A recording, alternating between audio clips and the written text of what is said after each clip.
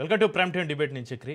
తెలంగాణలో ఎన్నికల వాతావరణం నెలకొంది. అధికారమే లక్ష్యంగా ప్రధాన పార్టీలు డి అంటే డి అంటున్నాయి. ఎలక్షన్లకు 2.5 ఏళ్ల టైం ఉన్నా కూడా మాటలతోనే మంటలు పుట్టిస్తున్నారు. 10 ఏళ్ళు అధికారం తమదేనంటున్న ఆస్తులు గ్రూప్ రాజకీయాలు బగ్గుమంటున్నాయి. ఆపరేషన్ తెలంగాణ అంటున్న కమలం బీజేపీ లీడర్లకు షాక్ ఇచ్చింది. ఇక ఇప్పటిదాకా ఒక లెక్క, ఇక నుంచి మరో లెక్క అంటూ స్పీడ్ పెంచుతుంది గులాబీ దళం. ఇక రానున్న రోజుల్లో జంక్ సైరన్ తప్పదంటూ సిగ్నల్స్ ఇస్తున్నాయి. ఇక తెలంగాణ గట్టు మీద తమ పార్టీ జెండా ఎగరవేసేందుకు తహతలాడుతున్నాయి. ఇంతకీ రాష్ట్రంలో ఏ పార్టీకి ఎవరు ప్రధాన ప్రత్యర్థి, రాజకీయ రణంలో నిలిచి గెలిచేదెవరు, ప్రజెంట్ సిచ్యువేషన్ ఎలా ఉంది, తెలంగాణ సలసలపైన ఇవాళ స్పెషల్ డిబేట్. భువనగిరిలో కాంగ్రెస్ ఇన్ఛార్జి మీనాక్షి నటరాజన్ హాజరైన పీఏసీ మీటింగ్కు మునుగోడు ఎమ్మెల్యే రాజగోపాల్ రెడ్డి డుమ్మా కొట్టారు. కొద్ది రోజులుగా ఆయన పార్టీ కార్యక్రమాలకు అంటి ముట్టనట్లుగా వ్యవహరిస్తున్నటువంటి పరిస్థితి. సమయం దొరికినప్పుడల్లా ప్రభుత్వ విధానాలపైన విరుచుపడుతున్నారు. అలాగే వనపర్తి కాంగ్రెస్ పార్టీలో అంతర్గత విభేదాలు రచ్చకెక్కాయి. గత ఎన్నికల్లో తన టికెట్ రాకపోవడానికి డబ్బే కారణమని మాజీ మంత్రి చిన్నారెడ్డి చేస్తున్న వ్యాఖ్యలు దుమారం రేపాయి. చిన్నారెడ్డి ఆరోపణలను ఖండిస్తూ ఎమ్మెల్యే మేఘారెడ్డి స్ట్రాంగ్ కౌంటర్ ఇచ్చారు. తనెవరికి డబ్బులు ఇచ్చానో వారి పేర్లను ధైర్యంగా బయట పెట్టాలని సవాల్ విసిరారు.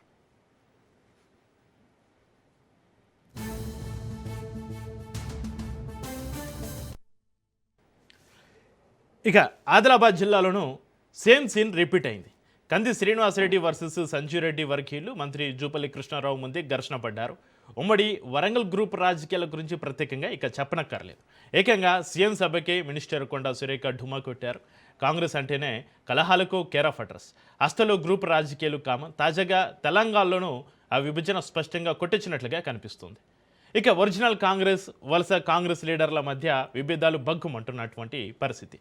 ప్రత్యేక రాష్ట్రంలోని ఏపీ లీడర్ల పెత్తనం నడుస్తుందా? అసలైన కాంగ్రెస్ లీడర్ల మాటలు చెల్లుబాటు కావడం లేదా అనే ప్రశ్నలు వ్యక్తమవుతున్నాయి తెలంగాణలో.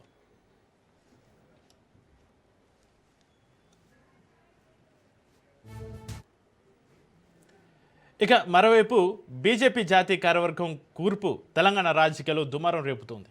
పార్టీలో కీలక నేతగా ఉన్న రాజ్యసభ సభ్యుడు లక్ష్మణ్ను ఓబీసీ మోర్చా అధ్యక్ష బాధ్యతల నుంచి, అలాగే డీకే అరుణను జాతీయ ఉపాధ్యక్షురాలి పదవి నుంచి తప్పించడంపైన జోరుగా చర్చ జరుగుతోంది. తెలంగాణ నుంచి ఎవరికి చోటు కల్పించకపోవడంతో రాజకీయ వర్గాల్లో హాట్ టాపిక్గా మారింది. తెలంగాణ పట్ల అధిష్టానం చూపుతున్న ప్రాధాన్యతపైన సందేహాలు వ్యక్తమవుతున్నాయి. రాష్ట్రంలో పుంజుకోవడానికి ప్రయత్నిస్తున్న సమయంలో హైకమాండ్ తెలంగాణ నేతలను పక్కన పెట్టడంతో కమలం క్యాడర్లో ఆందోళన నెలకొంది.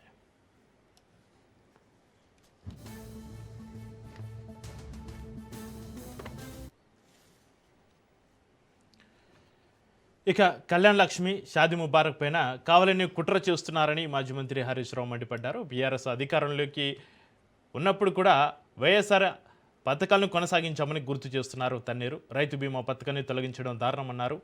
22A కింద భూములను పెట్టి అయోమయానికి గురి చేస్తున్నారని ఆయన ఆరోపించారు.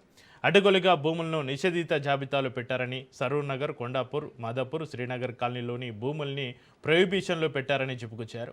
సీఎం రేవంత్ ఇల్లు కూడా ప్రొహిబిషన్లో ఉందన్నారు హరీష్ రావు. మొత్తానికి విమర్శలు ప్రతి విమర్శలతోటి తెలంగాణ హీటెక్కుతుంది. ఇక తెలంగాణలో ప్రస్తుత రాజకీయ పరిస్థితులపైన చర్చిద్దాం. మనకు అందుబాటులో ఉన్నారు గంగోపురం వెంకటరెడ్డి గారు బీజేపీ నాయకులు, మిట్ట నర్సయ్య గౌడ్ గారు కాంగ్రెస్ నాయకులు, బచ్చు శ్రీనివాస్ గారు బీఆర్ఎస్ నాయకులు, వీర్లపాటి శ్రావణ్ కుమార్ గారు రాజకీయ విశ్లేషకులు. అందరికీ నమస్కారం అండి. నమస్తే. నమస్తే. నమస్కారం అండి. మిట్ట నర్సయ్య గౌడ్ గారు, ముందుగా మీతో స్టార్ట్ చేద్దాం. మీరు చెప్పండి, ఉట్నూరులో మంత్రుల సమక్షంలోనే బాహాబాయికి దిగడం, ఇక వనపర్తిలో టికెట్ల కేటాయింపులపైన డబ్బుల ఆరోపణలు రావడం పార్టీ క్రమశిక్షణను దెబ్బతీయడం లేదా? నర్సయ్య గౌడ్ గారు వాయిస్ క్లియర్ ఉందండి? క్లియర్గా ఉంది, ప్లీజ్ కంటిన్యూ. ముందుగా మీకు ప్యానెల్లో ఉన్న పెద్దలకు, వ్యూవర్స్కు నమస్కారం. నమస్కారం అండి. దేశవ్యాప్తంగా ప్రజలందరికీ 150 కోట్ల ప్రజలందరికీ కూడా తెలుసు, కాంగ్రెస్ అంటే కొంత స్వాతంత్ర్యం ఎక్కువ ఉంటుంది. ఎందుకంటే స్వతంత్రం ఇచ్చిన పార్టీ కాబట్టి స్వతంత్రం ఎక్కువ ఉపయోగించుకుంటారు. కడుపులో ఏం దాచుకోరు, ఉన్నట్టు మాట్లాడతారు, అవసరమైతే కొట్లాడుకుంటారు, అవసరమైతే కలిసిపోతారు. అభివృద్ధి కాడికి వచ్చే వరకు కలిసి పనిచేస్తారు. కాబట్టి ఈ మీరు ఏదైతే ఉదాహరించారో ఇవన్నీ కూడా టీ కప్పులో తుఫాన్ లాంటివి. ఇవి ప్రతిరోజు ఉంటూనే ఉంటాయి, ఏదో ఒక దగ్గర ఉంటాయి. ఎందుకంటే ఇది ఒక సముద్రం. కాబట్టి ప్రజలు కూడా ఈ విషయాలు అర్థం చేసుకున్నారు. కాబట్టి వేరే రకంగా అంటే ప్రతిపక్షాలు ఆరోపణ చేసినట్టుగా వాళ్ళ వాళ్ళ నెట్లో పడే అవకాశం లేదు. కాబట్టి కాంగ్రెస్ పార్టీలో ఏదైతే అభివృద్ధి జరుగుతూ ఉందో, ఏదైతే పని జరుగుతూ ఉందో, పేద ప్రజలకు సంక్షేమ ఫలాలు అందుతా ఉన్నాయో వాటి మీద మాత్రమే ప్రజలు దృష్టి పెడతా ఉన్నారు తప్పితే అక్కడక్కడ చెదురుమదురు ఒకళ్ళు ఇద్దరు ఏదో మాట్లాడుకున్నంత మాత్రాన దాని మీదనే దృష్టి పెట్టి కాంగ్రెస్ పార్టీ అట్లా, కాంగ్రెస్ పార్టీ ఇట్లా అని ప్రతిపక్షాలు మాట్లాడితే మాట్లాడొచ్చు, వాళ్ళకు ఏదో ఒక అవకాశం కావాలి కాబట్టి మా పార్టీలో మాట్లాడుకోవడం, కొట్లాడుకోవడం అనేది ఇది సర్వసాధారణం. ఇది ఈ సంస్కృతిలో భాగమే. ప్రజలు కూడా ఈ విషయం నర్సేగౌడ్ గారు, మీరు ప్రతిసారి ఈ మాట చెప్పి కవర్ చేసుకున్నటువంటి ప్రయత్నాలు చేస్తున్నారు కాంగ్రెస్ లీడర్లు. కాంగ్రెస్లో అంతర్గత కుమ్ములాటల వల్ల కాంగ్రెస్ అంటేనే కుమ్ములాటల అనేటువంటి ఒపీనియన్ ప్రజలు వస్తుంది. నర్సేగౌడ్ గారు, అయితే చక్రి గారు నేను ఏమంటున్నంటే, ప్రజలు మాకు 2023లో ఓటు వేసేటప్పుడు కూడా మేము ఇవి చూసిర్రు, అంతకు ముందు కూడా చూసిర్రు, అంతకు ముందు ప్రభుత్వాలు నడిపినాం, ఎప్పటి నుండో ఉన్నాం. కాబట్టి ఈ కాంగ్రెస్ లో 1, 2 ఇలా ఉంటాయి, కడుపులో ఏం దాచుకోరు, విషయం పెట్టుకోరు, మాట్లాడుకుంటారు, మళ్ళీ కలిసిపోతారు, మాతోటి బాగుంటారు, పరిపాలన బాగా చేస్తారు అనుభవం మీద అనేది వాళ్ళకి తెలుసు. ఇది కవర్ చేసుకోవాల్సిన అవసరం లేదు, ఎందుకంటే 1, 2 అంటే కవర్ చేస్తామండి. ఇది ప్రజలకు కూడా తెలిసిన విషయం కదా, వాళ్ళు కూడా పెద్దగా పట్టించుకోరు. అంటే వీళ్ళు మంచిగానే ఉంటారులే, ఇవాళ మనం అనవసరంగా మనం ఏదైనా మాట్లాడుకుంటే మళ్ళీ వాళ్ళంతా ఒకటే ఉంటారు అన్న ఆలోచనకు వస్తారు. కానీ నేనేమంటున్నంటే 2 పార్శ్వాలు చూడాలి. ఒకటి ఏమో మీరు వన్ సైడ్ వీళ్ళు కొట్లాడుకుంటున్నారు, గ్రూప్ తగాదాలు ఉన్నాయి, అభిప్రాయ భేదాలు ఉన్నాయి అనేది మీరు చెప్తా ఉన్నారు. రెండో సైడ్ మీరు చెప్పడం లేదు. రెండో సైడ్ ఏంటంటే అభివృద్ధి, సంక్షేమ ఫలాలు పరుగు పెడతా ఉన్నాయి. ఎందుకంటే ఈ రోజు మహిళలందరూ కూడా సంతృప్తితో ఉన్నారు, రైతులందరూ సంతృప్తితో ఉన్నారు. ఇలా 6 నెలలకు ఒకసారి ఫుల్ ఎన్ని వేకెన్సీలు ఉంటే అన్ని వేకెన్సీలు వేస్తామంటే వీళ్ళు పరీక్షలకు తయారైతా ఉన్నారు. కాబట్టి ఒక పేపర్ లీక్ లేదు, ఒక కుంభకోణాలు లేవు. కాబట్టి ప్రజలు సంతృప్తిగా ఉన్నారు.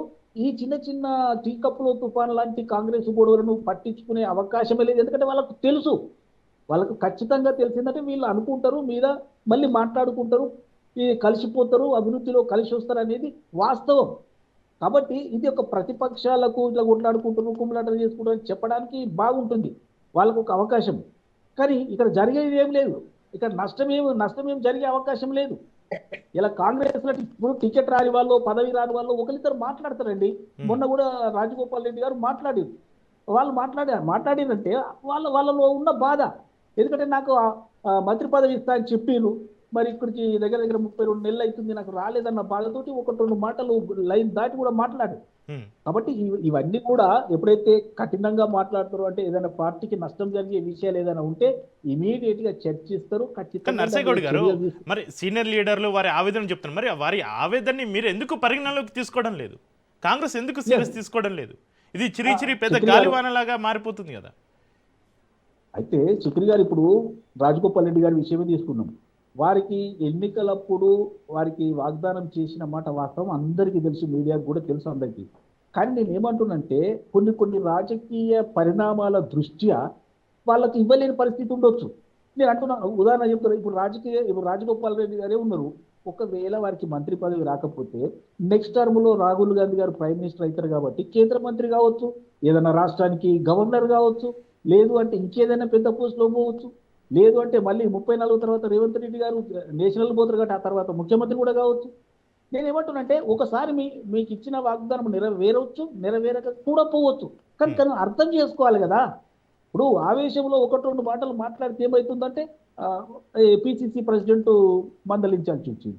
కాబట్టి నేను ఏమంటున్నానంటే కాంగ్రెస్ పార్టీలో స్వాతంత్ర్యం ఎక్కువ, వాళ్ళు మాట్లాడతారు, పోట్లాడతారు, టీ కప్పులో తుఫాన్ లెక్క అవన్నీ అక్కడనే సమసిపోతాయి. కానీ అవి ప్రతిపక్షాలకు ఒక ఆయుధంగా వాళ్ళు మాట్లాడడానికి ఒక ఆయుధం అవుతుంది. అయితే దీని మీదనే ఆచితూచి మాట్లాడాలనేది చెప్తూనే ఉన్నారు. చెప్పినా కూడా ఇది సముద్రం లాంటి పెద్ద పార్టీ కాబట్టి దాంట్లో చెదురుమదురు సంఘటనలు జరుగుతున్నాయి. కాబట్టి దీని పెద్ద అంటే ఈ కొట్లాటను పెద్ద సీరియస్ గా తీసుకోవాల్సిన అవసరం. ప్రజలు కూడా దీన్ని పక్కకు పెట్టేసి అభివృద్ధి ఏం జరుగుతుంది మాత్రమే ఆలోచన చేస్తున్నారు. ఇలా ఇండ్ల గురించి ఆలోచన చేస్తా ఉన్నారు. ఈ లక్షలు 7 లక్షలు 8 లక్షలు ఇండ్లు రేషన్ కార్డుల గురించి చేస్తా ఉన్నారు, తన బియ్యం గురించి ఆలోచన చేస్తా ఉన్నారు, 200 యూనిట్ల సబ్సిడీ కరెంటు గురించి ఆలోచన చేస్తారు, గ్యాస్ బండ గురించి ఆలోచన చేస్తా ఉన్నారు. కాబట్టి ఈ విషయాలు మాత్రమే ప్రజలలో ఉన్నాయి తప్పితే ఈ చిత్రమాదరుగా అక్కడక్కడ నాయకుల మధ్యన మనస్పర్ధలు వచ్చో లేకపోతే వాగ్దానాలు నెరవేరకనో ఏదైతే మాట్లాడుతూ ఉన్నారో అవన్నీ ప్రజల నోళ్లలో నాంతలేవు. ప్రజలు వాటిని చూసి చూడనట్టు కూడా వదిలేస్తా ఉంటారు. ఎందుకంటే ఇప్పుడు లక్షల కోట్ల మంది ఉన్న కాడ 1-2 జరుగుతుంటాయి. అది కాంగ్రెస్ పార్టీలో స్వతంత్రం తెచ్చిన పార్టీ కాబట్టి కొంచెం సర్వసాధారణంగా కూడా ప్రజలు రిసీవ్ చేసుకునే అవకాశం ఉంది. తెలంగాణలో రాజకీయాల ప్రజెంట్ సిచ్యువేషన్ ఎలా ఉంది అనే అంశంపైన చర్చిస్తున్నాం. రైట్, బచ్చు శ్రీనివాస్ గారు వినిపిస్తుందండి? శ్రీనివాస్ గారు, కళ్యాణ్ లక్ష్మి, షాదీ ముబారక్ పథకాల్లో కుట్ర జరుగుతుందని, ఇక రైతు బీమా తొలగించారంటూ చేస్తున్నటువంటి ఆరోపణలు కేవలం రాజకీయ లబ్ధి కోసమైనటువంటి ఆరోపణలు మీ వైపు వస్తున్నాయి కాంగ్రెస్ నుంచి. మొట్టమొదట రాజ్ న్యూస్ వీక్షకులకు, మీకు అక్కడ ఉన్నటువంటి మిత్రులందరూ కూడా నమస్తే. తెలంగాణ కాంగ్రెస్ ప్రభుత్వం, రేవంత్ రెడ్డి గారు వారు అధికారం చేపట్టినటువంటి కొన్నాళ్ళకి వారు చెప్పింది ఏంటంటే, కేసీఆర్ గారి మార్కు లేని పరిపాలన అందిస్తా, కేసీఆర్ గారి మార్కు లేకుండా చూస్తా, అంటే కేసీఆర్ గారి ఆనవాళ్ళు గుర్తులు లేకుండా ఉండడానికి జాగ్రత్త పడతా నేను అనేటువంటి మాట మాట్లాడింది. అయితే పాపం వారు చేసినటువంటి ప్రయత్నంలో భాగంగా ఏం మారుస్తారు? ఒక సెక్రటేరియట్ ను మారుస్తారా, ఒక అంబేద్కర్ స్టాచ్యూను మారుస్తారా, లేకపోతే తెలంగాణలో మనం చేసినటువంటి కమాండ్ కంట్రోల్ రూమ్ మారుస్తారా? ఇలాంటివి ఏవి అంటే శాశ్వత నిర్మాణాలు చేపట్టినటువంటి బీఆర్ఎస్ ప్రభుత్వం, లేకపోతే అక్కడ తెలంగాణ హైదరాబాద్ అభివృద్ధిని మారుస్తారా, లేకపోతే తెలంగాణ రాష్ట్రంలో 10 సంవత్సరాలలో జరిగినటువంటి మౌలిక వసతులను మార్చగలుగుతారా, లేకపోతే మనం చేపట్టినటువంటి మన లిస్టు చాలా పెద్దగా ఉంది. మనం చేపట్టిన దశాబ్ద కాలపు అభివృద్ధిని మార్చలేరు. కాకపోతే వారి మార్కు వేసుకునేటువంటి ప్రయత్నం చేయాలి, కానీ అది కూడా చేయలేనటువంటి పరిస్థితి. వారు ఇచ్చినటువంటి హామీలు లేదా గ్యారంటీలు, వారంటీలు, 420 హామీలు, 6 గ్యారంటీలు, వారు చెప్పినటువంటి రైతు సంపూర్ణంగా రుణమాఫీ చేస్తామన్నారు. అది కూడా కాంట్రవర్షియలే, ఎక్కడ చూసినా వివాదాస్పదంగా మారిపోయింది. అన్నకు చేస్తే తమ్మునికి చేయకుండా, తమ్మునికి చేస్తే అన్నకు చేయకుండా, ఇట్లా కుటుంబ సభ్యుల్లో వేరుపడిపోయిన తర్వాత ఒకరిదే రేషన్ కార్డు ఏదో ప్రామాణికంగా తీసుకొని ముందుకెళ్ళినటువంటి సందర్భంలో ఈ రాష్ట్రంలో వాళ్ళు చెప్పింది 40 కోట్ల నుంచి 30 కోట్లకు వచ్చి 20 కోట్ల నుంచి 18 కోట్ల దగ్గర ఆగిపోయింది. చిట్ట చివరికి అది 16 కోట్ల 15 కోట్లకు పరిమితమైనటువంటి సందర్భం ఉంది. వారు ఏమంటే కొంతమందికి గ్యాస్ సిలిండర్లు ఇచ్చి, కొంతమందికి 200 యూనిట్లు ఇచ్చి, కొద్దిమందికి అంటే పాక్షికంగా చేసి సంపూర్ణంగా చేసినామని చెప్పుకునేటువంటి ప్రయత్నం చేసింది గడిచినటువంటి కాలంలో. మేము అసలు అప్పే చేయము, కడుపు కట్టుకుంటాము, లేకపోతే మేము అప్పులన్నీ తీరుస్తాము, కడుపు కట్టుకుంటాం, మా ప్రభుత్వంలో అప్పులు ఎందుకు అవుతాయి అన్నారు. మనకంటే ఎక్కువ అంటే బీఆర్ఎస్ ప్రభుత్వంలో అప్పు చేస్తే సంపద సృష్టించింది, ఐటీ ఎక్స్పోర్ట్స్, జిఎస్డిపి, జీడిపి లాంటి అనేకమైనటువంటి కార్యక్రమాలు చేపట్టి అభివృద్ధి సూచికలను ఏర్పాటు చేసింది. మరి ఈ ప్రభుత్వం ఏం చేసిందంటే మనకంటే ఎక్కువ అప్పు చేసి, అంటే బీఆర్ఎస్ ప్రభుత్వంలో 2.5 సంవత్సరాల్లో 3 సంవత్సరాల్లో చేయాల్సిన, అంటే వాళ్ళు చెప్పినటువంటి 7 లక్షల కోట్ల అప్పు ఉందని చెప్పింది 10 సంవత్సరాలకి, మరి 2.5 సంవత్సరాలకే 4 కోట్ల అప్పు రీచ్ అయ్యారు. దగ్గర వాళ్ళు 3,80,000 కోట్లు ఎంతో అప్పు చేసినట్టున్నారు. అట్లా వాళ్ళు ఏ విధమైనటువంటి వాళ్ళ మార్క్ని ఏర్పాటు చేసుకోలేకపోయింది. మన ప్రభుత్వం మీద, బీఆర్ఎస్ ప్రభుత్వం మీద ఒక అపవాదం తీసుకొచ్చిండ్రు.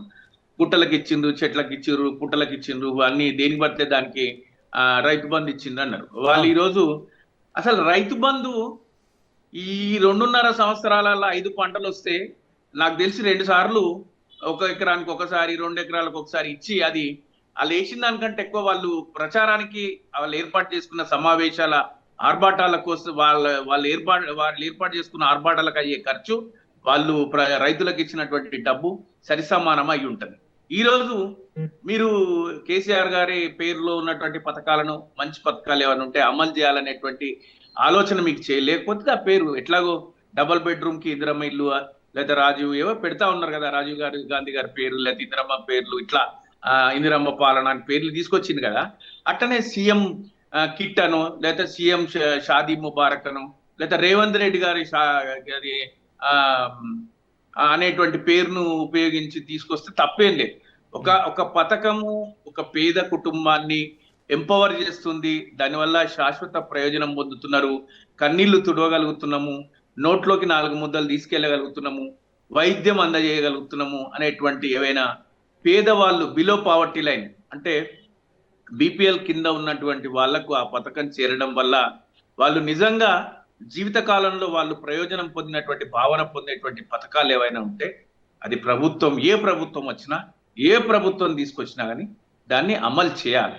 అంతేగాని కేసీఆర్ గారు కిట్ తీసేస్తా, కేసీఆర్ గారు ఏర్పాటు చేసిన షాదీ ముబారక్ తీసేస్తా, కళ్యాణ లక్ష్మి తీసేస్తా, మీరే అన్నారు తులం బంగారం ఇస్తాం, మేము మేము దానికంటే ఎక్కువ డబ్బులు ఇస్తాం, ఇట్లాంటి మాటలు మాట్లాడినటువంటి ప్రభుత్వం ఈరోజు అట్లాంటివి ఏమి చేయకుండా ఈ పరిస్థితులు తీసుకొస్తున్నటువంటి ఇట్లాంటి పరిస్థితుల ఏర్పాటుకు కారణమవుతున్నటువంటి పరిస్థితి ఈ వాళ్ళ వాళ్ళ అభివృద్ధి చేయలేకపోతే ప్రజలే వాళ్లకు ప్రజాక్షేత్రంలో వాళ్ళ యొక్క తుది తీర్పును వెల్లడిస్తారు.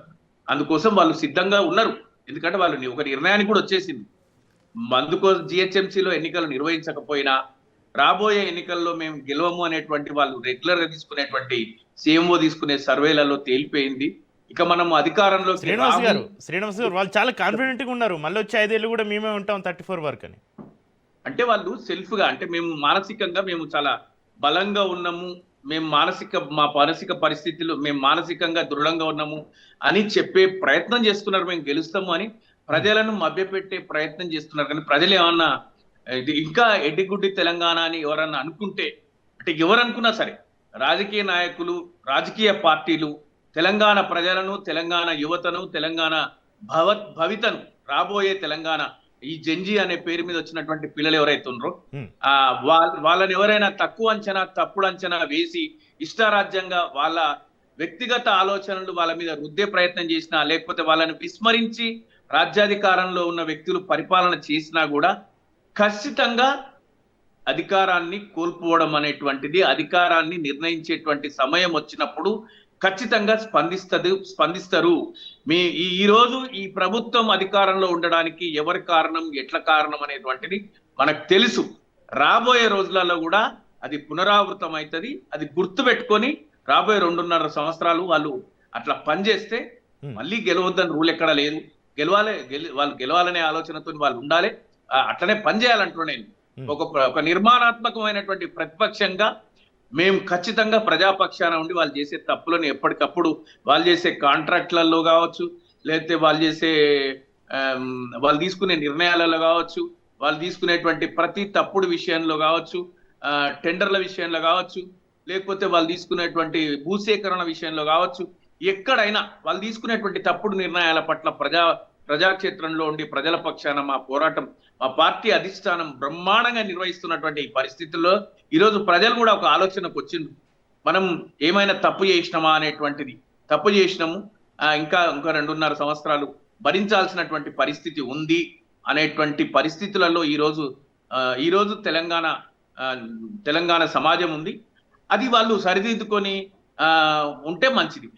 మేమే కొట్లాడతాం, మేమంతా ఐక్యంగా మా దాంట్లో సహజమే. ఏం సహజం అండి? మీరే తిట్టుకొని మీరే కొట్లాడుకొని మీ పాలన బాలేదని మీ నాయకులే చెప్తున్నారు. అటు ఆదిలాబాద్ నుంచి నల్గొండ దాకా, మహబూబ్ నగర్ నుంచి ఖమ్మం దాకా మీ ఇంట్లో మనుషులే మీ పాలన బాలేదు, మీరు దాచుకుంటున్నారు, లక్షలాది కోట్ల రూపాయలు దోచిపెట్టుకుంటున్నారు. 10 సంవత్సరాలలో బీఆర్ఎస్ పార్టీ సంపాదించలేనంత సంపాదన ఈరోజు ముఖ్యమంత్రి గారి స్థాయి నుంచి కింది స్థాయి వరకు అధికారంలో ఉన్న వ్యక్తులందరూ కూడా, మంత్రులు వాళ్ళందరూ కూడా ఇష్టానుసారంగా దోచుకుంటున్నారని మాట్లాడుతున్నారు. మీ నాయకులు మాట్లాడుతున్నారు, ఎమ్మెల్యేలు మాట్లాడుతున్నారు, మీ మంత్రులు మీ నాయకులను సమన్వయపరచడంలోనే సమయాన్నంతా కేటాయిస్తున్నారు. అట్లాంటి పరిస్థితుల్లో కాంగ్రెస్ ప్రభుత్వం, కాంగ్రెస్ పార్టీ ఉంది. అట్లాంటి పరిస్థితుల్లో ఉన్నటువంటి కాంగ్రెస్ పార్టీ ఇంకా వాళ్ళు మేము చేస్తున్నది కరెక్ట్ అని మాట్లాడుతున్నంటే అది వాళ్ళు ఆలోచించుకోవాలి. అది వాళ్ళ విజ్ఞతకు వదిలేయడం. మనకు అది అంటే వాళ్ళ అంతర్గత కుమ్ములాటలు కూడా ఉండొద్దని కోరుకునేటువంటి పరిస్థితుల్లో బీఆర్ఎస్ పార్టీ ఉంది తప్ప వాళ్ళు కొట్లాడుకుంటే ఎవరికి న్యాయం అండి? మీరు కొట్లాడుకుంటే ఎవరికి న్యాయము? మీరు కొట్లాడుకొని మీ అంతటా మీరే భయపెట్టుకొని మా నాయన మంచోడు కాదు, మా అమ్మ మంచిది కాదు, నా భార్య మంచిది కాదని చెప్పుకునే పరిస్థితుల్లో నేను ఉన్నా అంటే, నా కుటుంబాన్ని నేను చెడు చేసి నేను మాట్లాడుతున్నా అంటే అది ఎవరికి మంచిది, ఎవరికి లోకువా? అట్లాంటి పరిస్థితుల్లో మీరు ఇంకా మా పార్టీ ప్రజాస్వామ్యం ఎక్కువ, అర్థం లాంటిది మా పార్టీ, మీ లోపల మాట్లాడుకోకూడదా? మాట్లాడుకోండి, మంచిదే. బీఆర్ఎస్ పార్టీ కానీ, బీజేపీ పార్టీ కానీ ఈరోజు ప్రతిపక్షంలో ఉన్నటువంటి పార్టీలకు అది మీరు అవకాశం కల్పించినట్టే కదా. అంటే శ్రీనివాస్ గారు, ప్రతి పార్టీలో కూడా అసంతృప్తులు ఉంటారు, వాళ్ళు బయటికి చెప్పలేరు, మేము బయటికి చెప్తున్నాం అని అంటున్నారు. ప్రతి పార్టీలో అసంతృప్తులు ఉండారా? బీఆర్ఎస్ లో అసంతృప్తులు ఉండారా? చక్రి గారు, బయటకి చెప్పకూడదు అనేది కూడా కాదు, బాహాబాహ్యం చేసుకోవడం కరెక్ట్ కాదు కదా. ఇంకా మరి ఈ కాలంలో కూడా మీరు బాహాబాయి చేసుకొని మేము కరెక్టే అంటారా? కరెక్టే అని మీరు నమ్మి మీరు ఇంకా అట్లనే ముందుకెళ్తే వెళ్ళండి. అది ఎవరికి లాభిస్తుంది అనేటువంటిది కాంగ్రెస్ పార్టీ ప్రజలు చెప్తారు. ఇప్పటి నుంచి ఒక లెక్క, ఇప్పటి వరకు ఒక లెక్క, ఇప్పటి నుంచి ఒక లెక్క అని జంజీ అన్నారని మీరు కూడా చెప్తున్నారు కదా. ఇప్పటి నుంచి అంతా జంజీ అండి. ఎందుకంటే రాజకీయ చైతన్యం వస్తే మంచిదే కదా. రాజకీయ చైతన్యం రావాలి. చిన్నారెడ్డి గారు అక్కడ కొట్లాడుకున్నారు, డబ్బులు ఉంటేనే రాజకీయాలు, డబ్బులు ఉంటేనే రాజకీయం అయితే వాస్తవము. డబ్బులు ఉంటేనే ప్రజాక్షేత్రంలో ఎమ్మెల్యేలు కొట్లాడడానికి ఉత్తర భారతీయులందరూ అనుకుంటుండ్రు దక్షిణ భారతదేశంలోకి ఎమ్మెల్యే కంటెస్ట్ చేయాలంటే 100 కోట్లు ఉండాలి. 100 కోట్లు ఉన్న వాళ్ళు పోటీ చేస్తారంట కదా. మీ దగ్గర ఇన్ని పైసలు అయితే మా దగ్గర కావు, ఒక ఓటుకి ఇన్ని నోట్లు ఇస్తారని ఆశ్చర్యపోతున్నారు. అది ఆలోచిస్తున్నారు ఈనాటి యువత. మేము రాజకీయాల్లోకి రావాలి, రాజకీయాల్లోకి వచ్చి పోటీ చేయాలంటే ఇంత డబ్బులు పెట్టి రాజకీయాలు చేస్తున్నారు. ఈ పద్ధతి మారాలనేటువంటి ఆలోచన యువతలో వస్తుంది. మీరు చూడండి, ఇంకొక 10 సంవత్సరాల తర్వాత దక్షిణ భారతదేశంలో కూడా రాజకీయ చైతన్యం ముమ్మరంగా వచ్చి ఎవరైనా పోటీ చేయగలిగే పరిస్థితులు వస్తాయి. అట్లాంటి పరిస్థితుల్లో కాంగ్రెస్ పార్టీ మేము బ్రహ్మాండంగా చేస్తున్నాం, మేము బాగా చేస్తున్నాం, మీరేం చేస్తున్నారో మీకు తెలియదా? రైట్ శ్రీనివాస్ గారు, మళ్ళీ అవకాశం ఇస్తాను మీకు. వెంకటరెడ్డి గారు, చక్రిని ఒక్క మాట మాట్లాడిస్తాను. సరిదిద్దుకొని సవ్యమైనటువంటి పాలన ఇచ్చి అస్తవ్యస్తంగా లేకుండా గొప్పగా ముందుకెళ్లాల కాంగ్రెస్ పార్టీ, బీఆర్ఎస్ పార్టీ కోరుకుంటుంది. అంతవరకు చెప్పగలుగుతుంది. రైట్ వెంకటరెడ్డి గారు, రాష్ట్రంలో పార్టీని అధికారంలోకి తీసుకురావాలని శ్రమిస్తున్నటువంటి తరుణంలో లక్ష్మణ్, అదేవిధంగా డీకే అరుణ వంటి కీలక నేతలను జాతీయ పదవుల నుంచి తప్పించడం ఏ రకమైన వ్యూహం అంటారు? ఇప్పుడు ఒకటి చక్రి గారు, ఒక పార్టీ మాది జాతీయ పార్టీ, 18 నుంచి 20 రాష్ట్రాల్లో మేము అధికారంలో ఉన్నటువంటిది. 3వసారి మోదీ గారి నాయకత్వాన్ని దేశం ప్రజలు సమర్థించి ఎన్నుకొని పరిపాలించమని 5 సంవత్సరాలకు అధికారం ఇచ్చినటువంటి విషయాన్ని మరొకసారి మీ ద్వారా నేను ప్రజలకు గుర్తు చేస్తున్నాను. ఇక్కడ మీరు అంటున్నది ఏంది? పార్టీ పరమైనటువంటిది. నితిన్ నబీన్ గారు వచ్చిన తర్వాత, అధ్యక్షులు అయిన తర్వాత జాతీయ స్థాయిలోను రాష్ట్రాల స్థాయిలోను కూడా అనేక పార్టీ పదవులకు సంబంధించినటువంటి అంశంలో పార్టీకి సంబంధించిన పదవులే తప్ప అది ప్రభుత్వ పదవులు కాదు. మార్పులు చేర్పులు చేయడం అనేటువంటిది జరుగుతుంది. అవసరాలను బట్టి, అవకాశాలను బట్టి, సమర్థతను బట్టి, ప్రాంతీయ సామాజిక అనేక కోణాలను ఆలోచించి ఒక పార్టీ ఎవరికి ఏ బాధ్యతలు ఇవ్వాలనేటువంటిది నిర్ణయిస్తుంది తప్ప అది ఇంకో రకంగా ఉంటుందని చెప్పి నేను అనుకోవడం లేదు. ఇప్పుడు మీరు అంటున్నారు, మీరు ఇవాళ మీడియాలో అంటున్నారు డీకే అరుణ అవుట్, లక్ష్మణ్ గారు అవుట్, ఏ పదవి ఇయ్యలేదు, తెలంగాణకు మొంటి చెయ్యి అని రకరకాలుగా మీడియాలో రాస్తుంటారు. వాటి గురించి మేము పట్టించుకునే పరిస్థితి లేదు. ఎందుకంటే ఎవరి అవసరాలు ఏ మేరకు ఎప్పుడు అవసరమవుతుంది అనేటువంటిది పార్టీ నాయకత్వం, అధిష్టానం నిర్ణయిస్తుంది. ప్రధానమంత్రి గారు పరిపాలనకు సంబంధించినటువంటి అంశాల మీద ఎవరికి అధికారపూర్వకమైనటువంటి పదవులు, మంత్రులు, ఇతరత్ర క్యాబినెట్ కు సంబంధించినటువంటిది కానీ లేకపోతే ఇతరతర ప్రభుత్వ పరంగా ఉండేటువంటి పదవులన్నింటిని కూడా ఆయన సమర్థతను బట్టి, పార్టీకి చేసేటువంటి సర్వీస్ను బట్టి నిర్ణయిస్తారు. ఇది సహజం, ఏ పార్టీ అయినా అదే పనిచేస్తుంది. ఇవాళ మీరు అంటున్నారు చాలా కాలంగా లక్ష్మణ్ గారు బీసీ మోర్చాకు సంబంధించినటువంటి పదవులు ఉన్నారు. అంతకంటే ఆయన పార్లమెంటరీ కమిటీ మెంబరు, చాలా కీలకమైన పదవులతో ఆయనకు ఉన్నటువంటి మాట వాస్తవం. రాజ్యసభ ఇక్కడ వీలు కాకపోతే వేరే రాష్ట్రం నుంచి రాజ్యసభ ఇచ్చి ఆయన గౌరవించినటువంటి పరిస్థితి కనపడుతుంటది. అదేవిధంగా డీకే అరుణ గారు వైస్ ప్రెసిడెంట్ గా ఉన్నారు. ఇప్పుడు ఆమెను అక్కడి నుంచి తప్పించినారు అనేటువంటిది మీరు చెప్తున్నటువంటి వచ్చినటువంటి లిస్ట్ ప్రకారంగా కూడా అదే అభిప్రాయం. అయితే అందరికీ తెలిసినటువంటిది చక్రి గారు, ఇప్పుడు కేంద్ర కేబినెట్ అనేటువంటిది పునర్వ్యవస్థీకరణ జరగబోతుంది అనేటువంటిది ఈ మీడియాలో గత 2 మాసాలుగా వస్తున్నటువంటిది చర్చని. ఎందుకంటే 32 మాసాల తర్వాత మేము మంత్రులకు సంబంధించినటువంటి ఎవరిని ఎక్కడ ఉపయోగించుకోవాలి, ఏ రాష్ట్రంలో ఉపయోగించుకోవాలా, పార్టీ పరంగా ఎట్లా ఉపయోగించుకోవాలి, కొత్త యంగ్ జనరేషన్ ఎట్లా తీసుకురావాలా, ఏ బాధ్యతలు, ఎందుకంటే ఎన్నికలకు సంబంధించినటువంటి టైం ఇది. మీరు అన్నట్టుగా 32 మాసాలు అంటే చివరి 6 మాసాలు తీసేస్తే అంతే, సంవత్సరంన్నర మాత్రమే ఎన్నికలకు మనం ఉన్నటువంటి పరిస్థితి.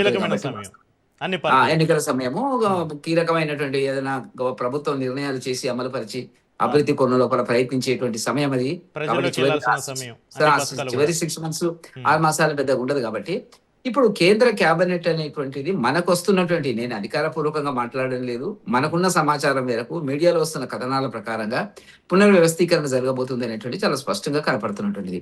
ఆ సదావకాశాల్లో తెలంగాణలో మేము అధికారంలోకి రావాలనేటువంటి ఉత్సాహము, అదేవిధంగా పకడ్బందీ వ్యూహాత్మక ఎత్తుగడలు ఈ మధ్య కాలంలో మేము పెంపొందించడం జరిగింది. ఏమైనా గ్యాప్లు ఉన్నట్టయితే, తెలుసు తెలియకో సమన్వయం నాయకుల మధ్యన, మా పార్టీ నాయకుల మధ్యన గ్యాప్ ఉన్నట్టయితే, అనుమానాలు ఉన్నట్టయితే వాటిని గత 15-20 రోజులుగా సరిదిద్దేటువంటి ప్రయత్నాలు మాకు సంబంధించినటువంటి నాయకులు, ఇన్ఛార్జీలు, అక్కడ ఢిల్లీలోను ఇతరత్రాను కూడా జరుగుతున్నటువంటి పరిస్థితి. అదేవిధంగా మీరు చూస్తున్నారు, ఢిల్లీలో మా మంత్రుల ఇళ్లకు మీట్ అవుతున్నారు, పార్లమెంట్ సభ్యులు, ఎమ్మెల్యేలు మీట్ అవుతున్నారు. ఏం చేయాలంటే ఇవాళ కూడా మా పార్టీ ఆఫీసులో జరిగినటువంటి కార్యక్రమం లోపల రేవంత్ రెడ్డి గారి పాలన మీద ఏ విధంగా మనం ఉద్యమం చేయాలా అనేటువంటిది కేంద్ర పార్టీ ఇచ్చినటువంటి నితిన్ నబీన్ గారు ఇచ్చినటువంటి, ఎందుకంటే నితిన్ నబీన్ గారు ఆయన బాధ్యతలు స్వీకరించిన తర్వాత, అధ్యక్ష బాధ్యతలు స్వీకరించిన తర్వాత 3 రోజులు ఏ రాష్ట్రంలో లేదు మీరు గుర్తుంచుకోండి. ఒక తెలంగాణలో 3 రోజులు ఉన్నటువంటి పరిస్థితి ఇప్పటి కూడా మాకున్న సమాచారం మేరకు ప్రతి 3 మాసాలకు ఒకసారి నేను వస్తాను, రివ్యూ చేస్తాను అనేటువంటిది ఖచ్చితంగా తెలంగాణలో అధికారం భవిష్యత్తులో భారతీయ జనతా పార్టీది అనేటువంటి కోణం లోపల మా ఎత్తుగడలు వ్యూహాలు ఇవన్నీ కానీ ఇక్కడ జరుగుతున్నటువంటి. వెంకటరెడ్డి గారు ఇక్కడ ఏపీకి ఏమో పెద్దపీట వేసి తెలంగాణకి మొండి చేయి చూపించారు. తెలంగాణలో పట్టు బిగించుకుంటున్న టైంలో ఇది కమలం పార్టీకి తెలంగాణలో ఒక స్పీడ్ బ్రేక్లు వేసినట్టే కదా. అట్లేం కాదు. ఇప్పుడు మీరు అట్లా ఎందుకు అనుకుంటున్నారు? రేపు క్యాబినెట్ ఎక్స్పాన్షన్ లో అతి కీలకమైనటువంటి వాళ్ళకి కీలకమైన పదవులు రాకూడదు అనేటువంటిది ఉంది. అప్పుడు రాలేదు అనుకున్నప్పుడు మన ఆలోచన వేరే రకంగా. ఏపీకి వచ్చేటప్పటికి మొన్నటి వరకు ఇక్కడ వైస్ ప్రెసిడెంట్ డికే అరుణ గారు ఉన్నమాట వాస్తవం. కీలకమైన పదవి పార్టీ పరంగా కానీ ఇతరత్ర కానీ కీలకమైన పార్లమెంటరీ కమిటీ, ఎన్నికల కమిటీలో 14-15 మందిలో లక్ష్మణ్ గారు ఒకరండి. మామూలు విషయం కాదు. మొత్తం ఎన్నికలకి ప్రతి రాష్ట్రానికి సంబంధించిన, పార్లమెంటుకు సంబంధించిన పార్టీ టికెట్ల కేటాయింపుకు సంబంధించినటువంటి విషయం లోపల ఇంతవరకు లక్ష్మణ్ గారు ఇప్పుడు కూడా ఉన్నారు. ఆయన కీలకమైన పదవులు అవి మనకు కనపడకపోవచ్చు, ఏమైనా కేబినెట్ అట్లా ఉంటేనే కాదు, మామూలుగా ఉండేటువంటి పదవులు కావాలి. ఇప్పుడు మీరు రేపు వచ్చేటువంటి దాంట్లో మేము ఏమి ఇవ్వబోతున్నారు అనేటువంటిది స్పష్టత ఏర్పడుతుంది.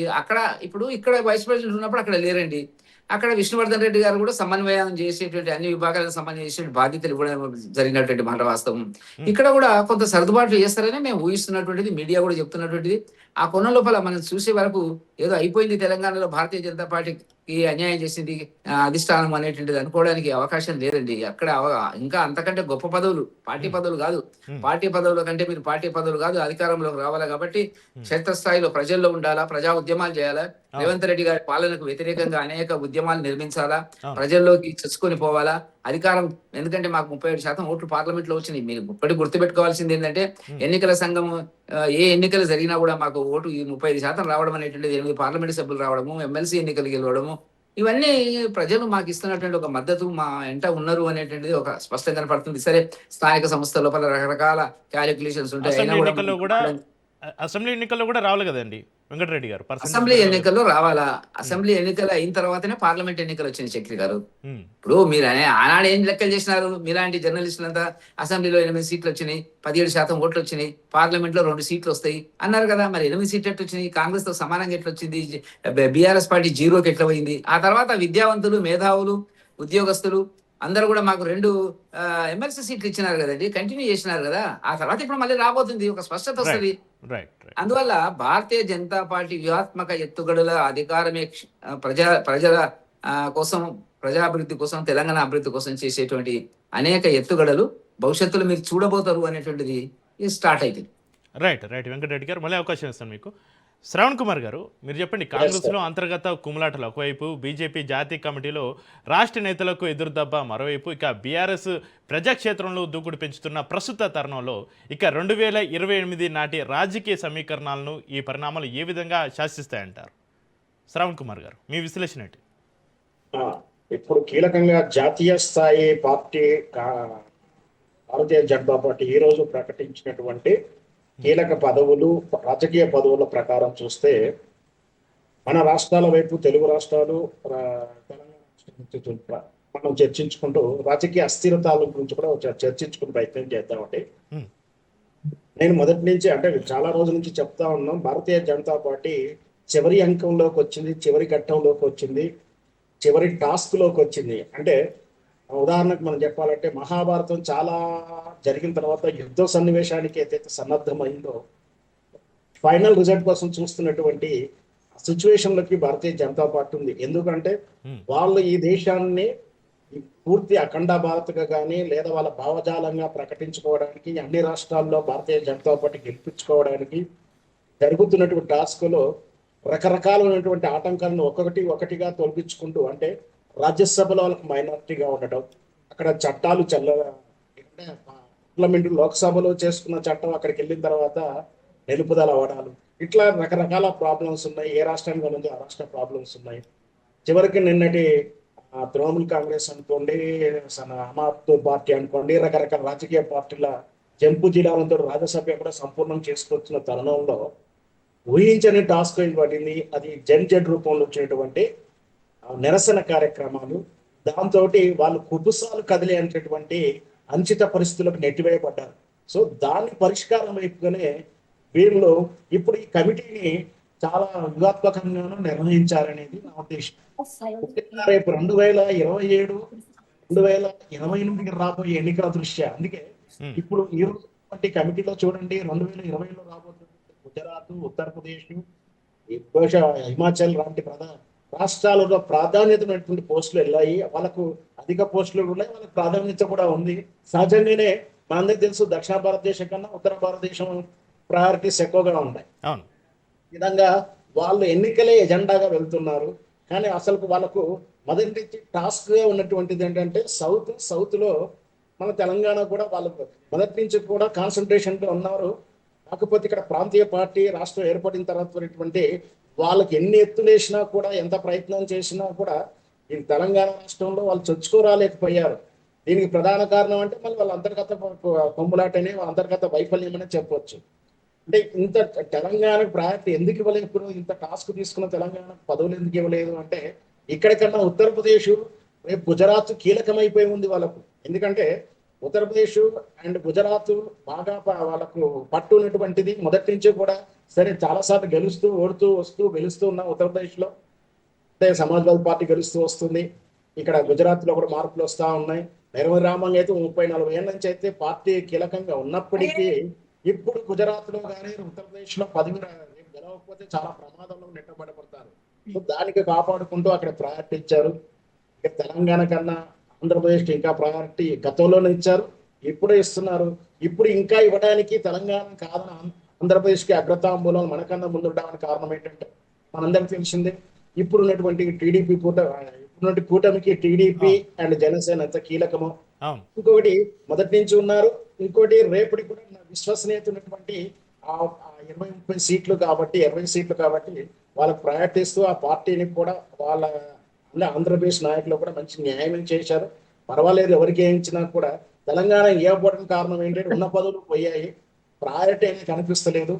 రేపు ఇంకా అంటే ఊహాగానాలు లేదా రాజకీయ వర్గాల్లో వినిపిస్తున్న చర్చ ఏంటంటే రేపు మారబోయేటువంటి మంత్రివర్గంలో కూడా ప్రాధాన్యత పోస్టులు పోతాయేమో అని కూడా గతంలో కూడా మనం బండి సంజయ్ గారికి చూశాం. నేను తీసుకెళ్లి అక్కడ అంటే ప్రాంతీయ స్థాయి పోస్ట్ నుంచి తీసుకెళ్లి జాతీయ స్థాయిలో ఫుల్ఫిల్ చేశారని చెప్పారు. ఇప్పుడు మరి ఆ పరిస్థితులు ఎలా ఉంటాయి, ఇవన్నీ కూడా భారతీయ జనతా పార్టీ ఒకవైపు టాస్క్లు ఎదుర్కొంటా ఉంది, రెండో వైపు అంతర్గత ప్రాంతాల వరకు చూస్తే మన తెలంగాణ చూస్తే అంతర్గత కుమ్ములాట. ఎందుకంటే ఏకంగా మరీ డబ్బులు స్పాన్సర్షిప్ ఇచ్చి ఫ్లెక్సీలు పెట్టించి నెగిటివిటీ ప్రచారం చేయడం, బ్లేమ్ చేసుకోవడం, ఒకరినొకరు టాస్క్ తీసుకోవడం, ఈ సంస్కృతి కాంగ్రెస్ లో అంటే నేను కాంగ్రెస్ పార్టీ నెగిటివ్ అనడానికి కాదు, మొదటి నుంచి మనం అందులో చూసిన సంస్కృతి ఇప్పుడు బహిరంగంగా భారతీయ జనతా పార్టీలో చూస్తున్నాం. రాజ్నాథ్ సింగ్ గారు అయితే స్పష్టంగా చాలా సార్లు ప్రతి సందర్భంలో విమర్శలు చేస్తూనే ఉన్నారు. అంటే ఇక్కడ నాయకత్వం పొసగట్లేదు, ఇక్కడ టాస్క్ ఫీల్ అవుతా ఉంది.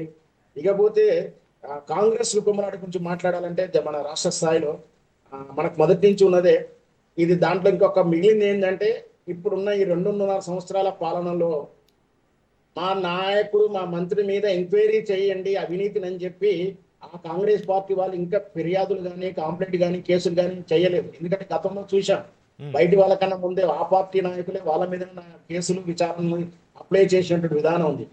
అది లేదు కానీ ప్రస్తుతానికి అది రేపో మాపో చూడబోతాం. కానీ ప్రస్తుతానికి మాత్రం ఒక నాయకుడి మీద ఇంకొక నాయకులు మంత్రివర్గాల మీద ఎంక్వైరీలు. మేము అంటే అక్కడ పర్సంటేజ్లు కూడా మా మంత్రివర్గం వాళ్ళు ఇంకొక మంత్రివర్గంలోకి వెళ్ళి పని చేసుకోవాలంటే పర్సంటేజ్ ఇవ్వాల్సిన పరిస్థితులు ఉన్నాయని చెప్పి వాళ్ళే బహిరంగ విమర్శిస్తా. అంటే అంతర్గత కుమ్ములాటలు ఇంకా కాంగ్రెస్ లో ఇంకా రాను పెరిగే అవకాశాలు ఉన్నాయంటారా? ఇంకా ఎలక్షన్స్ దగ్గర పడుతున్నా కూడా మళ్ళీ ఒకసారి ప్రశ్న, కాంగ్రెస్ లో అంతర్గత కుమ్ములాటలు ఇంకా పెరిగే అవకాశం ఉందంటారా? ఎందుకంటే ఎన్నికల దగ్గర పడుతున్న కొద్ది డ్యామేజ్ కంట్రోల్ చేసుకునే అవకాశం లేదంటారా? లేదండి, గాంధీ భవన్ లో సెక్యూరిటీలు పెంచుకున్నారంటే అర్థం చేసుకోవాలి. అక్కడ బాయి అంటున్నారు, కింది స్థాయి జిల్లా అంటే ప్రజలు వెళ్ళి నిరసన కార్యక్రమం చేసే కార్యక్రమాలకు సెక్యూరిటీ దృష్ట్యా ఒక రకంగా ఉంటుంది. ఈవెన్ కింది జిల్లా స్థాయి నాయకుల గొడవలంతా కూడా అక్కడికి వెళ్ళి బస్తీ మెస్ అవ్వాలంటున్నారు. ఒక ఒక అంటే కీలక నాయకులు ఒక మంత్రివర్గం మీద కావచ్చు, పెద్ద నాయకుల మీద ఒకరినోలి బహిరంగ విమర్శలు, మా బిల్లులు పాస్ అవ్వట్లేవు, మా నియోజకవర్గం డబ్బులు రావట్లేవు, మా నియోజకవర్గం ఇటువంటి ఫలానా అంటే ఇంకా ఇప్పుడు దీంట్లో ఇంకొకటి ఏంటంటే జంపు జిల్లాలు 10 మంది వెళ్ళిన వాళ్ళు ఇటువైపా అటువైపా తెలియదు. ఉన్న అంటే పాత అధికారులు ఏ కాంగ్రెస్ పార్టీ ఉన్నా కూడా ఇలాంటి సమస్యలు కామన్ కదా శ్రావణ్ కుమార్ గారు. అదే కాంగ్రెస్ లో కామన్. ఇప్పుడు నేను ఇన్నాళ్ళు గుమ్మనంగా ఉన్నటువంటిది ఆ కామన్ పాయింట్ ఒక్కటి మిస్ అయింది. అన్ని ఉంటున్నాయి, ఎక్కడ తక్కువేం లేదు. ఆ మంత్రివర్గంలో జరిగినటువంటి అవినీతిని ఎంక్వైరీ చేయడానికి ఆ నాయకులే కంప్లైంట్ చేసే వ్యక్తి మాత్రం వెళ్ళింది. జరగాల్సిన కార్యక్రమాలు జరుగుతూనే ఉన్నాయి. ఢిల్లీకి వెళ్ళి ఫైల్స్ ఇస్తున్నారు, సాక్ష్యాలు ఇస్తున్నారు. ఉమ్, ఫలానా వాళ్ళు మా వాళ్ళకి ఇట్లా జరుగుతుందని అంటే బయట ఇంటెలిజెన్స్ పెట్టలేదండి, బయట ఇంకేది పెట్టలేదు. వాళ్ళ కాంగ్రెస్ నుంచే వాళ్ళే ఒకరినొకరు ఫిర్యాదు చేసుకుంటున్నారు. ఇదంతా కూడా ఏంటంటే ప్రస్తుతానికి ఉమ్, అంటే దాన్ని ఎవరికప్పుడు నిప్పులా ఉన్నారే కానీ Hmm. రేపు మాపు మంత్రివర్గ విస్తరణ జరగబోయే అవకాశాలు ఉన్నాయి. ఖచ్చితంగా చేసుకోవాల్సిన పరిస్థితులు ఉంటాయి. ఓకే. ఆశావాది అది తర్వాత ఇంకా కొంచెం ఇంతకన్నా విస్ఫోటనమే చిన్నపాటి విస్ఫోటనం జరుగుతుండవచ్చు. దాని కొరకే రేవంత్ రెడ్డి గారు చాలా రాజకీయ చతురతోటి జరగాల్సిన కార్యక్రమాలన్నీ కూడా ముందే అంటే పదవుల పంపకం చేసేస్తున్నారు. చిన్నపాటి కమిషన్ పదవులు ఇచ్చినా కూడా వాళ్ళకి క్యాబినెట్ హోదాలు ఇస్తున్నారు. రైట్. ఇవన్నీ కూడా ఏంటంటే రేపు రాబోయే అసమ్మతిని ముందే నివారించడం, వాళ్ళకు అంటే ఒక రకంగా మీకు రావాల్సినటువంటి రైట్ శ్రావణ్ కుమార్ గారు. క్యాబినెట్ హోదా వచ్చింది, మీకు గుడ్డ కారు వస్తుంది, మీరు ఎక్కడ వెళ్ళినా కూడా టోల్ గేట్ నుంచి ఈజీగా వెళ్ళొచ్చు, ఇట్లా ఒకటువంటి కౌన్సిలింగ్ సిస్టమ్స్ ఉంటాయి. సో అంటే కమిషన్ హోదా కూడా క్యాబినెట్ హోదాలు ఇస్తున్నటువంటి తరుణం ఎందుకు అంటే ఖచ్చితంగా అసమ్మతిని అంటే నేను కూడా మంత్రి అనే ఫీలింగ్ ఆయనకు కలిగించడం. రైట్. నాకు రైట్. చిన్న శ్రావణ్ కుమార్ గారు. పెట్టాలంటే శ్రావణ్ కుమార్ గారు మీరు మాట్లాడుతుంటే బ్రేక్ తీసుకున్నా. శ్రావణ్ కుమార్ గారు మీరు ఫైనల్గా చెప్పండి, ఎన్నికలకు ఇంకా సమయం ఉన్నప్పటికీ కూడా బీఆర్ఎస్ వేగంగా చేపడుతున్న ఈ నిరసన కార్యక్రమాలు ఏ మేరకు ఫలితాలను ఇస్తాయంటారు బీఆర్ఎస్ గురించి చెప్పండి. నేను చెప్పాలంటే ఖచ్చితంగా బీఆర్ఎస్ పార్టీ ప్రచారం చేసుకోవడం కూడా ప్రచారం ఖర్చులు దండగా. ఉమ్, ఇంట్లో కూర్చున్నా కూడా ఖాళీ అంటే కొత్త సభ్యుని పెట్టి కూడా గెలిచేటువంటి వాతావరణం కనిపిస్తా ఉంది. దీన్ని నివారించుకోవాల్సింది పోయి పాలకులు కాంగ్రెస్ పార్టీ కొత్త సమస్యలను తీసుకొచ్చుకోవడం, వైఫల్యాలని అంటే కేవలం కళ్యాణ లక్ష్మికి ఒక అఫిడవిట్ వేసి మేము పలానా విధంగా ఉన్నాము, మేము ఇట్లాంటి పథకం అమలు చేస్తున్నాము అని ఒక చిన్నపాటి అఫిడవిట్ వేసినా కూడా పథకానికి ఈరోజు అభ్యంతరం రాకపోవచ్చు. అంటే వైఫల్యం చెందారు. ఎందుకు చెందారంటే కావాలని వైఫల్యం చెందారా, పథకాన్ని ఇవ్వలేక చేశారా, లేకపోతే అంటే న్యాయ వ్యవస్థ అంటే ఇప్పుడు ఇక్కడ డిపార్ట్మెంట్ ఆఫ్ లా ఉంటుంది కదా, వీళ్ళకి అడ్మినిస్ట్రేటివ్ లా, ఉమ్, ఇక్కడ మరి వీళ్ళకు వాళ్ళ కోఆర్డినేషన్ లేదా, పార్టీకి వీళ్ళకు కోఆర్డినేషన్ మిస్ అవుతుందా, కేవలం కోర్టు ఆర్డర్ 4 వారాల వ్యవధి ఇచ్చినా కూడా దాన్ని సబ్మిట్ చేసుకోలేకపోవడం అంటే నాకు తెలిసి ఇవంతా కూడా రెడీమేడ్ మెటీరియల్ ఉంటుంది. కొత్తగా టైప్ చేసి ఇవ్వాల్సిన అవసరం లేదు. ఉన్న దాంట్లో ఒక 10 కలెక్ట్ చేసుకొని మెటీరియల్ ఫైల్ చేసుకొని కోర్టుకు సబ్మిట్ చేయడం కూడా నిర్లక్ష్యం చేశారంటే పథకాల పట్ల అవకాశం అంకిత భావం లేకపోవడం, కోర్టు పట్ల భయం లేకపోవడమా, ఇవన్నీ కూడా మనం చర్చించాల్సిన అవసరం. ఎంతో మీద సరిగ్గా ఏమైనా ఒక పథకం అమలవుతుంది తృప్తిగా అని అనుకోవాలంటే ప్రజలు అన్నింటిలో కూడా ఆల్రెడీ కళ్యాణ లక్ష్మిలో బంగారం మిస్ చేశారు. బంగారం కాకుండా నగదంటారు. పెళ్లికి రావాల్సినటువంటి కళ్యాణ లక్ష్మి పిల్లలు పుట్టే పాఠశాలకు వస్తుందని చెప్పి కూడా సెటైర్లు వస్తూ ఉన్నాయి. దీన్ని సెటరైజ్ చేసుకోవాల్సినట్టు పోయి దాన్ని నేరుగార్చుకుంటూ వెళ్ళిపోతా ఉన్నారు. ఈ విధంగా చేస్తా ఉంటే ప్రజలు వెతుక్కుంటున్నారు మళ్ళీ ఏం జరిగింది, ఎక్కడ గ్యాప్ ఉందని. అంటే అంతకన్నా కేసీఆర్ని మరిపించాల్సినటువంటి పాలన రావాల్సినటువంటి ఈ విధానంలో ప్రతి అడుగడుగున కేసీఆర్ని గుర్తు చేసేటువంటి మనం చెప్పట్లేము, విశ్లేషకులుగా చాలా రాజకీయ విశ్లేషకులు చెప్తున్నారు, పార్టీ వాళ్ళు చెప్తా ఉన్నారు. ప్రధానమైనటువంటి చాలా మంది ఏంటంటే ఇంటెలెక్చువల్స్ తెలంగాణ ఉద్యమకారులుగా ఉన్నటువంటి చాలా మంది చెప్తా ఉన్నారు కేసీఆర్ కన్నా బెటర్గా ఉండాలనుకునే కానీ ఆయన కన్నా ఎక్కువ ఇబ్బందులు పాల్గొతున్న ప్రజలు అంటున్నారు. ఈ పరిస్థితుల్లో ఖచ్చితంగా బీఆర్ఎస్ పార్టీ పాజిటివ్ ఉన్నా కూడా వాళ్ళు కూడా కొన్ని టాస్కులు ఉన్నాయి. అంతర్గత పోలు ఉంది. సొంతంగా వాళ్ళ కూతురే కవిత గారు అంటే సిస్టర్ కేటీఆర్ సిస్టర్ బయటకు వెళ్ళి అనుక్షణం కూడా వీళ్ళని విమర్శలకు ఇస్తే వాళ్ళు సమాధానం చెప్పలేని ప్రతికూల పరిస్థితులు ఉన్నాయి. దాంతోపాటు ఈ గతం తాలూకు నాయకుల మీద కొంచెం వ్యతిరేకత ఉంది కాబట్టి ఓడిపోయారు. మళ్ళీ వాళ్ళతో ముందుకెళ్లాలా, ఎలా ఇప్పుడే ఆ కుంపటిని కదిలిస్తే అంటే రాబోయేటువంటి ఎన్నికల్లో మీకు టికెట్ రాదని చెప్పి అంటే కేటీఆర్ గారు కూడా స్వయంగా ఒక సమావేశంలో కార్యకర్తల సమావేశంలో చెప్పారు, మేము గతంలో 10 సంవత్సరాలు అధికారంలో ఉన్నప్పుడు కార్యకర్తలను విమర్శించడం మాత్రం అది కరెక్టే, మేము దానికి నేను ఒప్పుకుంటున్నా, ఈసారి మాత్రం కార్యకర్తలని విస్మరించేది లేదు, వాళ్ళని తక్కువ చూసేది లేదు, వారికి కంపల్సరీ ప్రియారిటీ కల్పిస్తామని అంటున్నారు. ప్రజాప్రతినిధులు కూడా సముచిత న్యాయం జరగలేదని కూడా చెప్పుకుంటూ ఉన్నాం కదా. ఉమ్, ప్రజాప్రతినిధులకు కూడా దాంతోపాటు ఉద్యమకారులకు సరైనటువంటి న్యాయం జరగలేదని, సో ఇవన్నీ కూడా ప్రతిబంధకాలు ఉన్నాయి.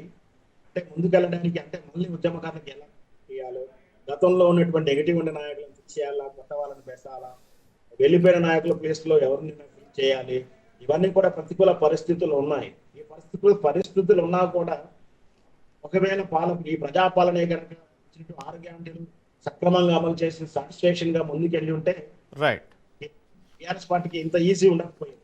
ప్రత్యామ్నాయంగా ఎదగాల్సిన భారతీయ జనతా పార్టీ ఏమో అంతకంత కలహాలతోటి వెనక్కి వెళ్తున్నారు.